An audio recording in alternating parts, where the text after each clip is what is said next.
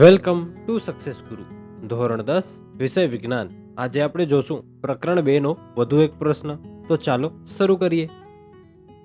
આજનો પ્રશ્ન છે સોડિયમ કાર્બોનેટ અને સોડિયમ હાઇડ્રોજન કાર્બોનેટની મંદ HCl સાથેની પ્રક્રિયાનો અભ્યાસ.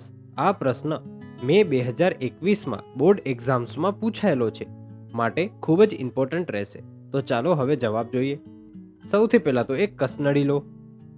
તેમાં આશરે 0.5 ગ્રામ સોડિયમ કાર્બોનેટ એટલે કે Na2CO3 અથવા આશરે 0.5 ગ્રામ સોડિયમ હાઇડ્રોજન કાર્બોનેટ એટલે કે NaHCO3 લો.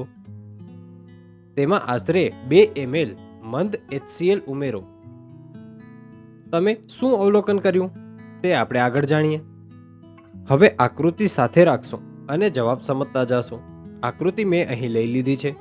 આકૃતિ મુજબ ઉત્પન્ન થતા CO2 વાયુને કેલ્શિયમ હાઇડ્રોજનના દ્રાવણમાંથી પસાર કરો અને તમારા અવલોકનો નોંધો. સોડિયમ કાર્બોનેટ અથવા સોડિયમ હાઇડ્રોજન કાર્બોનેટ મંદ HCl સાથે કાર્બન ડાયોક્સાઇડ વાયુ ઉત્પન્ન કરે છે.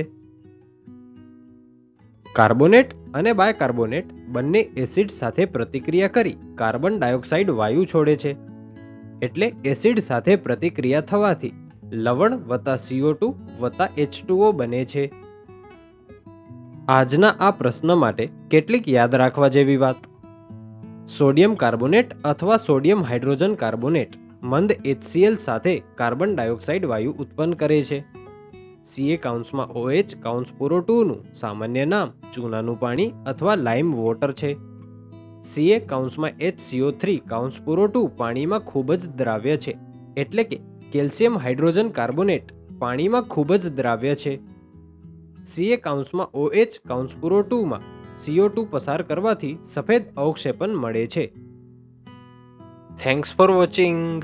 આવા જ એજ્યુકેશનલ કોન્ટેન્ટ માટે સબસ્ક્રાઇબ કરો સક્સેસ ગુરુને.